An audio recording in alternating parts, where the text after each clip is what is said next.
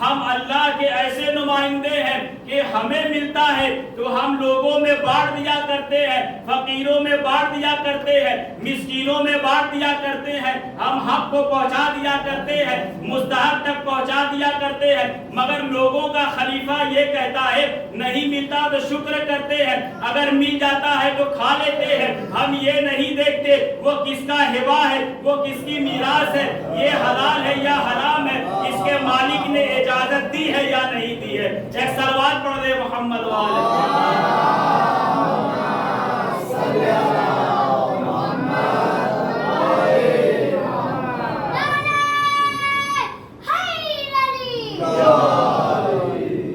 اب برحق خلیفہ وہی ہوتا ہے کہ جو کچھ بھی نہ ہو تو وہ اپنی جیب سے نکال کر بانٹ دیا کرتا ہے۔ اس لیے کہ ایک صحابی مولا کائنات کی خدمت میں آیا، کیا دیکھا کہ مولا کائنات ایک پلاسٹک ہے، ایک تھیلی ہے، تھیلی میں جو کی روٹیاں رکھی ہیں، اور مولا نے کس طریقے سے رکھا ہے، اس کو باندھ کے اچھے سے کنارے پہ رکھا ہے۔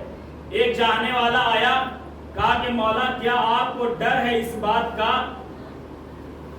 کہ کوئی آپ کے کھانے میں زہر ملا دے، آپ کو نقصان پہنچ جائے؟ مگر مولا کائنات نے کہا کہ میں نے اس کو اس لیے چھپا رکھا ہے کہ گھر میں میری بیٹیاں ترس کھا کر اس میں کچھ روغن نہ لگا دے، اس لیے کہ مجھے دنیا کا شوق نہیں ہے۔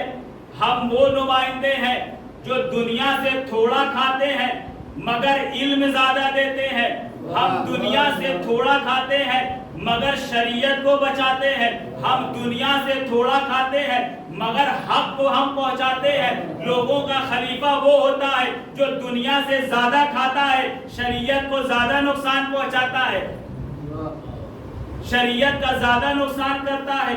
یہ دنیا سے ہر چیز کو لوٹ کے کھاتا ہے مگر شریعت کا مکمل طریقے سے نقصان پہنچاتا ہے۔ ایک صلوات پڑھ دے محمد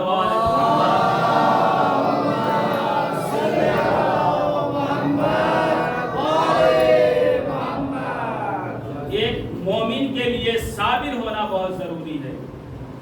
اگر ایک بندہ صابر نہ ہوا، صبر کا مادہ اس کے اندر نہیں پایا جاتا تو وہ راستے سے ہٹ جاتا ہے، بھٹک جایا کرتا ہے۔ اسی لیے انبیاء کرام کو دیکھ لیجئے کتنی زحمات برداشت کی ہے۔ جناب اسماعیل، سب سے بڑی قربانی جناب اسماعیل نے دی ہے۔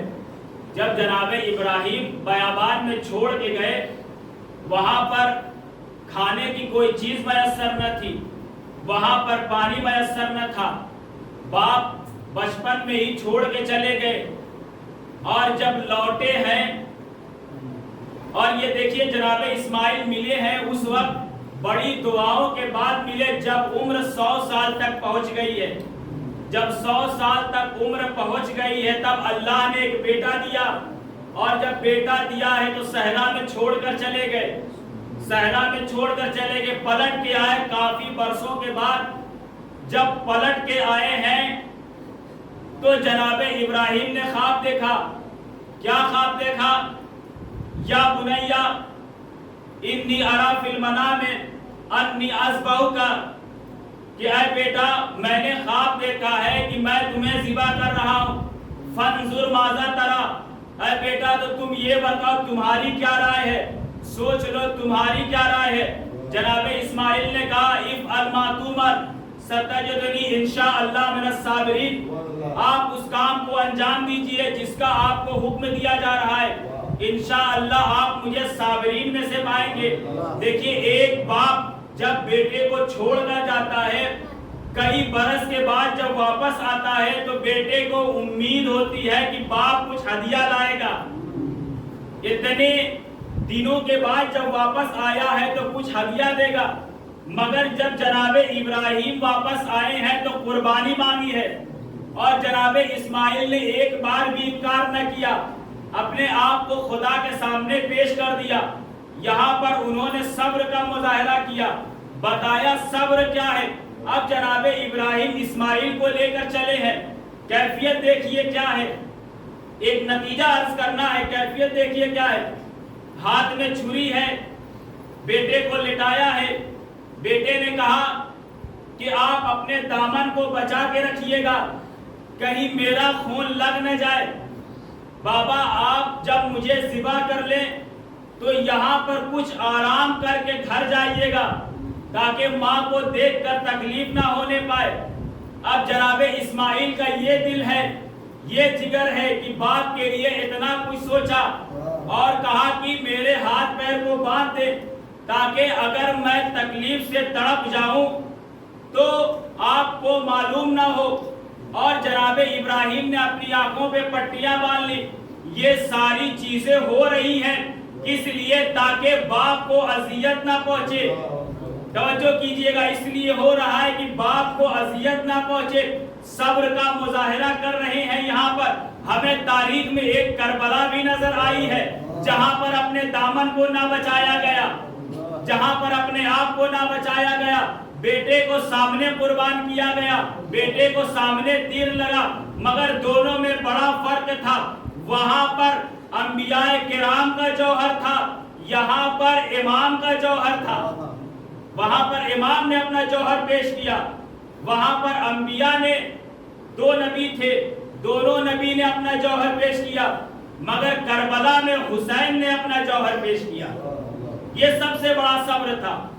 اب دوسرا صبر جناب ادریس کا صبر ہے۔ ادریس نبی کہ جن کے بارے میں ملتا ہے انہوں نے 365 سال تک تبلیغ کی ہے۔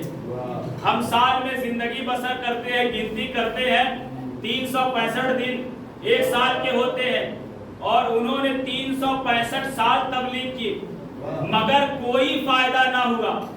لوگ ان کا مذاق اڑایا کرتے تھے، جب بھی کسی راستے سے گزرتے تھے ان کو تکلیف پہنچتی تھی۔ تاریخ میں ان کا صبر بہت زیادہ مشہور ہے، لوگ جانتے ہیں کہ جناب ادریس کا کتنا بڑا صبر ہے۔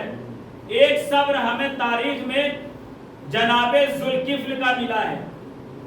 یہ ایک ایسے نبی تھے، ان کا نام کچھ اور تھا، مگر تاریخ نے ان کو ذوالکفل سے نام یاد کیا۔ کیوں؟ اس لیے کہ ذوالکفل یعنی قبول کرنے والا، ہر بات کو ماننے والا، اللہ جو کہہ دے اس بات کو مان لے۔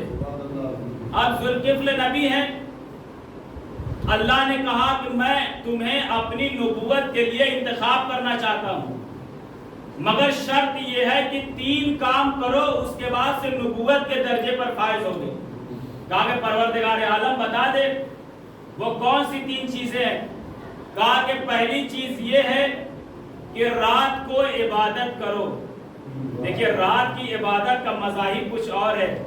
جب دنیا سو رہی ہو اور ایک بندہ خدا کی بارگاہ میں اپنی بندگی کا اعلان کرے تو سوچئے کتنا بڑا رتبہ اور مقام ہوگا۔ مقام معظم رہبری ایک جملہ کہا کرتے ہیں، اگر تمہیں دنیا چاہیے تو نماز شب پڑھو، اگر آخرت چاہیے تو نماز شب پڑھو۔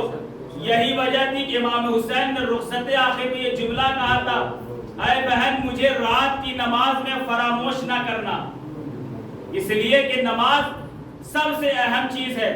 جب امام اپنی بہن کو رات کی نماز کی تاکید کر رہے ہیں، نماز کی تاکید نہیں کر رہے، دعا کی تاکید کر رہے ہیں، تب آپ یہ سوچئے ایک چاہنے والا رات کو تو چھوڑ دے، اگر دن کی نماز نہ پڑھتا ہو تو وہ کچھ بھی تو ہو سکتا ہے، کربلا ہی نہیں ہو سکتا۔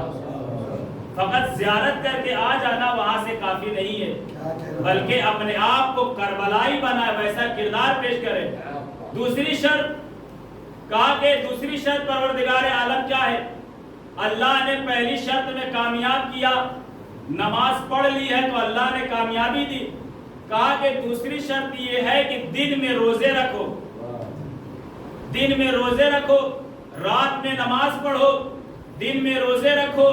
یہ وہ نبی ہے کہ جن سے اللہ کہہ رہا ہے نماز پڑھو اور روزے رکھو، مگر کیا شان ہے ہمارے محمد کی کہ پروردگار عالم کہتا ہے اے میرے حبیب رات کو تھوڑا سو بھی لیا کرو، تھوڑا آرام بھی کر لیا کرو، یہ ہے فخر انبیاء۔ اب جناب ذوالکفل نے یہاں سے روزہ رکھنا شروع کیا، رات میں عبادت، دن میں روزہ۔ اب تیسری شرط کیا ہے؟ کہا کہ تیسری شرط یہ ہے کہ تم صبر والے بن جاؤ، ہر مصیبت پہ صبر کرو۔ اب تاریخ نے یہ لکھا ہے، تاریخ نے یہ نہ لکھا کہ وہ فرشتہ تھا یا کوئی آدم ذات تھا، وہ آدم کا کوئی لڑکا تھا، آدم کی اولاد تھی، یا وہ فرشتہ تھا، تاریخ نے یہ نہ لکھا۔ اب نبی سو رہے ہیں، وہ شخص دروازے پہ آیا اور دروازہ کھٹکھٹاتا، یا نبی اللہ، اے ذوالکفل آپ سے مجھے کام ہے۔ اب نبی اپنی جگہ سے اٹھتے ہیں، دروازے تک آئے، دروازہ کھولا، کہا کہ کیا بات ہے؟ کہا کہ مجھے آپ سے ایک سوال کرنا ہے۔ کہا کہ بتاؤ تمہارا کیا سوال ہے؟ اب اس نے جیسے ہی اپنی زبان کو جنبش دی، کہا کہ میں سوال بھول گیا۔ توجہ کیجیے گا، خدا ایک انسان کو کیسے آزماتا ہے، اگر کوئی منصب دیتا ہے تو کیسے آزماتا ہے۔ کہا کہ میں سوال بھول گیا۔ نبی نے کہا اچھا واپس جاؤ، دوبارہ آگے پوچھ لینا۔ اب نبی جا کے سو گئے ہیں۔ اب وہ شخص دوبارہ آیا، دروازہ کھٹکھٹایا، نبی نے پھر سے اپنے بستر کو چھوڑا، دروازے پہ چلے آئے، دروازہ کھولا، کہا کہ کیا بات ہے؟ کہا کہ ایک سوال ہے۔ کہا کہ بتاؤ تمہارا کیا سوال ہے؟ اس نے سوال شروع کیا، اپنی زبان کو جنبش دی، کہا کہ میں پھر سے سوال بھول گیا۔ توجہ کیجئے گا، کہا کہ میں پھر سے سوال بھول گیا۔ نبی نے کہا ٹھیک ہے جاؤ، جب یاد آ جائے تو واپس آنا۔ ذوالکفل نبی آ کے دوبارہ سو گئے۔ اب تیسری بار پھر آیا، پھر سے دروازہ کھٹکھٹایا۔ آپ انصاف سے بتائیے، اگر ہمیں رات میں کوئی ایسے پریشان کرے تو ایک بار دروازہ جو بند کریں گے صبح تک نہیں کھولیں گے، مگر خدا کو آزمانا تھا۔ تیسری بار دروازہ کھٹکھٹایا، نبی پھر سے پہنچے دروازے پر، کہا کہ کیا بات ہے؟ کہا میں پھر سے اپنا سوال لے کے آیا ہوں، ابھی سوال کیا بھی نہیں ہے، اور کہا پھر سے سوال لے کے آیا ہوں۔ کہا کہ بتاؤ کیا سوال ہے؟ اب اس نے سوال شروع کیا، آدھا سوال کیا، کہا یا نبی اللہ میں پھر سے بھول گیا۔ دیکھیے خدا جب کسی کو آزمانا چاہتا ہے تو کس طریقے سے آزماتا ہے۔ اب ایک بندے مومن اگر دنیا میں پریشان رہتا ہے تو وہ یہ نہ سمجھے کہ خدا ہمیں اذیت دے رہا ہے، بلکہ خدا ایک مومن کو آزماتا ہے تاکہ اس کو بلند درجے تک پہنچا سکے، ایمان کے درجے پر اسے فائز کر سکے۔ اب نبی نے کہا کہ سوال تو تم نہیں پوچھ رہے ہو، مگر اتنا یاد رکھو کہ واپس جاؤ، جب تمہیں سوال یاد آ جائے تو آ کے دوبارہ پوچھ لینا۔ نبی پھر سے اپنے بستر پہ سو گئے۔ اس وقت پروردگار عالم نے وحی کی، اے ذوالکفل ہم نے تمہیں کامیابی عطا کی، تم اپنے امتحان میں کامیاب ہو گئے، لہذا اب یہاں سے نبی کو نبوت ملی ہے، لہذا صبر ایک ایسی چیز ہے کہ جس میں انبیاء کرام کو آزمایا گیا ہے، اوصیاء کرام کو آزمایا گیا ہے۔ تو اب انسان جب اس فرش پہ زندگی بسر کرتا ہے تو وہ یہ نہ سوچے کہ ہم ایسے ہی گزر جائیں گے، جب ہمارے بڑوں کو آزمایا گیا ہے تو ویسے ہی چاہنے والوں کو بھی آزمایا جائے گا۔ ایک صلوات پڑھ دے محمد و آل محمد۔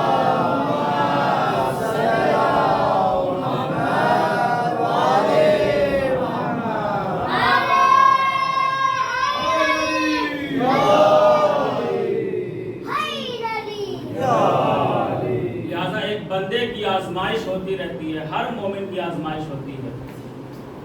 کبھی بھی اگر بلائیں نازل ہوتی ہیں، مصیبتیں نازل ہوتی ہیں، تو انسان فقط یہ سوچے کہ ہر بلا جو ہمارے اوپر آتی ہے یا تو یہ وجہ ہے کہ یہ بلا ہمارے گناہوں کی وجہ سے آئی ہے، یا تو یہ بلا اس لیے آئی ہے کہ پروردگار عالم چاہتا ہے کہ ہمارے گناہوں کو بخش دے، یا تو پروردگار عالم یہ چاہتا ہے کہ دنیا میں ہماری آزمائش کر کے آخرت میں ہمیں بلند مقام دے۔ لہذا صبر پہ ہمیشہ گامزن رہنا چاہیے، جب بھی مصیبت آئے تو صبر کریں، صبر کا جوہر پیش کریں، اس لیے کہ یہ صبر ہے کہ انبیاء کرام کو اتنا مقام ملا ہے۔ کربلا کا جو اتنا بڑا ذکر آج ہمارے سامنے موجود ہے، یہ صبر کا نتیجہ ہے۔ آج جو پارا چنار میں ظلم ہو رہا ہے وہ بھی صبر کا مظاہرہ کر رہے ہیں، فلسطین میں یہ ظلم ہو رہا ہے وہ بھی صبر کا مظاہرہ کر رہے ہیں، کیونکہ ان کے سامنے کربلا کا کردار موجود ہے۔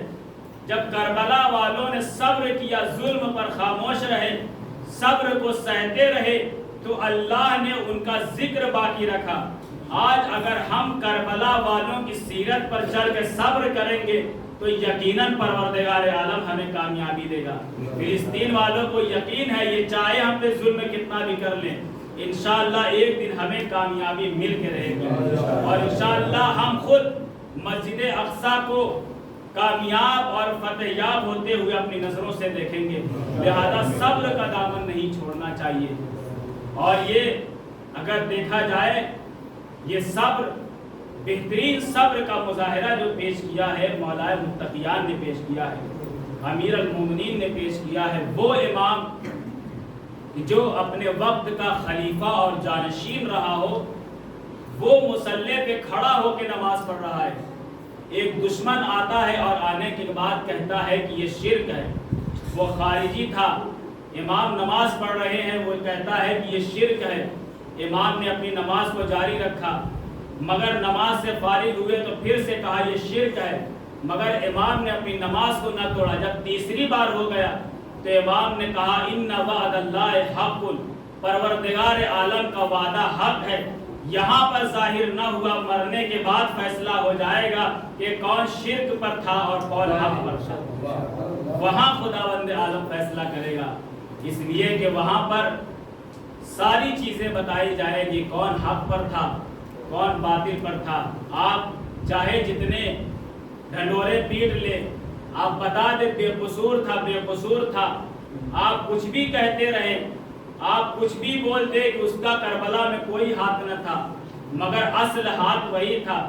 علامہ ناصر صاحب کا ایک جملہ یاد آتا ہے جو عرض کر دوں، وہ ہم اکثر سنا کرتے تھے۔ وہ کہتے تھے کہ اگر کوئی بچہ چوری کرتے ہوئے پکڑا جاتا ہے، بہت ہی مشہور ہے، آپ نے بھی سن رکھا ہوگا، اگر کوئی بچہ چوری کرتا ہوا پکڑا جاتا ہے تو اس سے یہ کہا جاتا ہے کہ اس کا باپ کون ہے، اس لیے کہ بیٹے کے کردار سے باپ کے کردار کا اندازہ لگایا جاتا ہے۔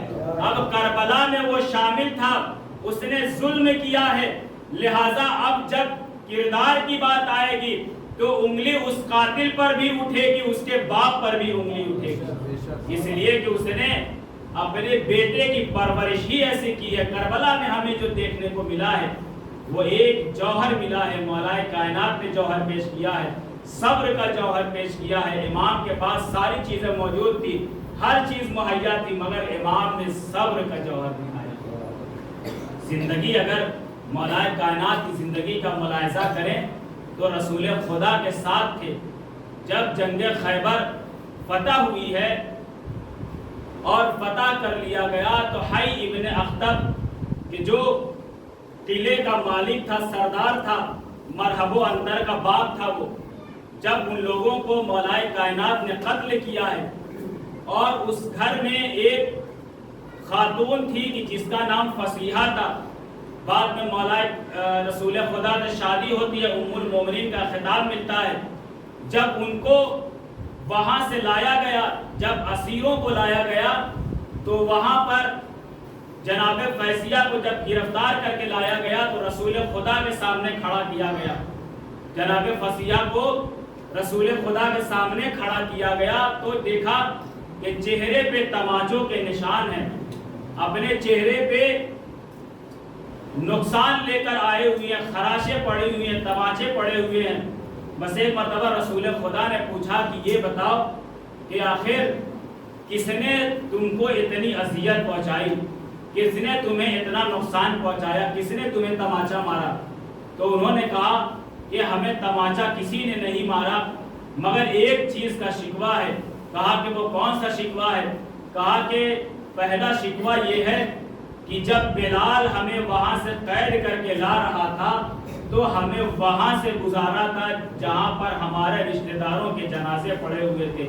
اب رسول خدا نے جیسے ہی یہ جملہ کہا، بے ساختہ کہا، اے بلال کیا تمہیں نہیں معلوم کہ ان اسیروں کو کبھی بھی ان کے رشتہ داروں کے قتل گاہ سے نہیں گزارا جاتا؟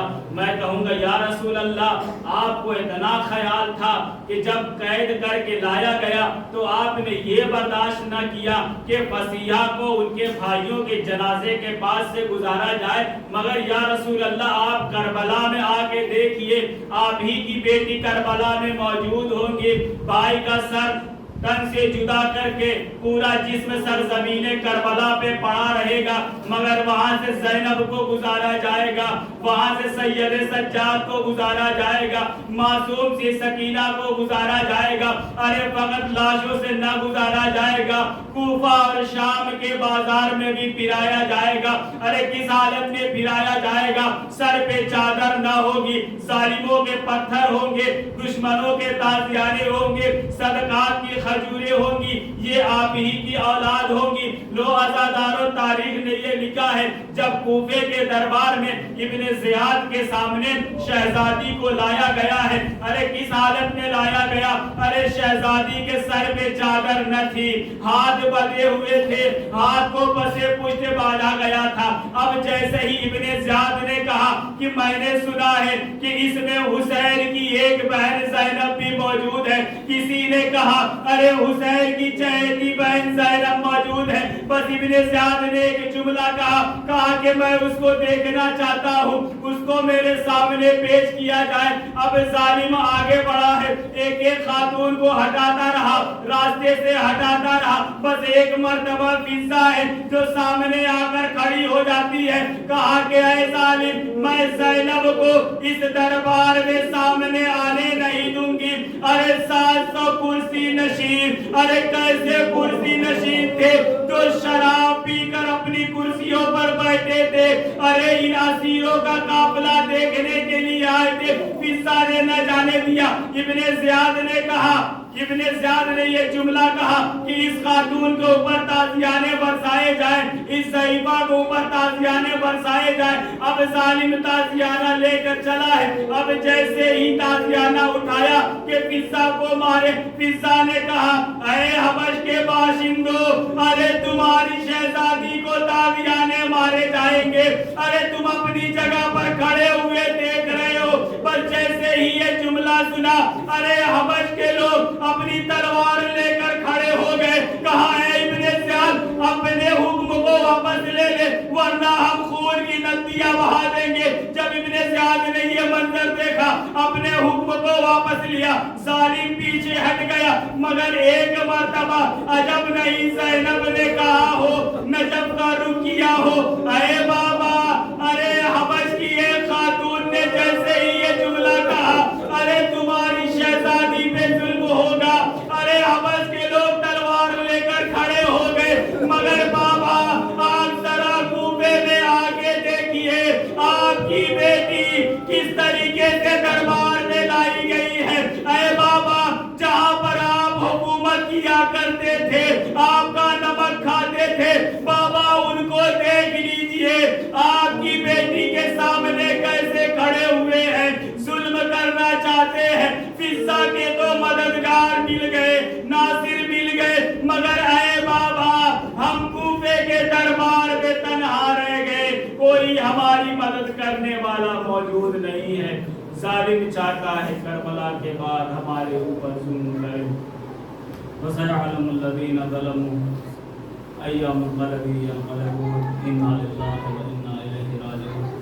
رضا القضاء تسلیم الامر، بارلاتی واسطہ محمد و آل محمد کا ہمارے اس مختصر کی عبادت کو قبول فرما، محمد و آل محمد کا ہمارے آنسو کو شہزادی کی علمات میں لگائے نات فرما، محمد و آل محمد کا ہم سب کو سیرت اہل بیت اپنا اس پر عمل کرنے کی توفیق عنایت فرما، بارلاتی واسطہ محمد و آل محمد کا علماء کرام کا سایہ ہمارے سروں پر قائم دائم فرما، بارلاتی واسطہ محمد و آل محمد کا ہم میں سے جو بھی موجود حلال روزی کی تلاش میں پروردگار عالم سب کو حلال روزی عنایت فرما، بارلاتی واسطہ محمد و آل محمد کا ہم میں سے جو بھی پریشان حال ہے، مریض ہیں، پروردگار عالم ان سب کو شفاء کامل و عاجل عنایت فرما واسطہ محمد وال محمد کا ہم سب کی روزی روزگار کی برکت عنایت فرما اللہ کے واسطہ محمد وال محمد کا اس سے خصوصی دعا یہ ہے کہ دشمنان اسلام اگر ہدایت کے لائق نہیں ہے تو پروردگار عالم سب کو نیست و نابود فرما اللہ محمد وال محمد کا ہمارا چنار کے مسلمانوں کی حفاظت فرما اللہ وہاں کے دشمنوں کو نیست و نابود فرما اللہ کے واسطہ محمد وال محمد کا فلسطین غزہ رفح کے مسلمانوں کی مدد و نصرت فرما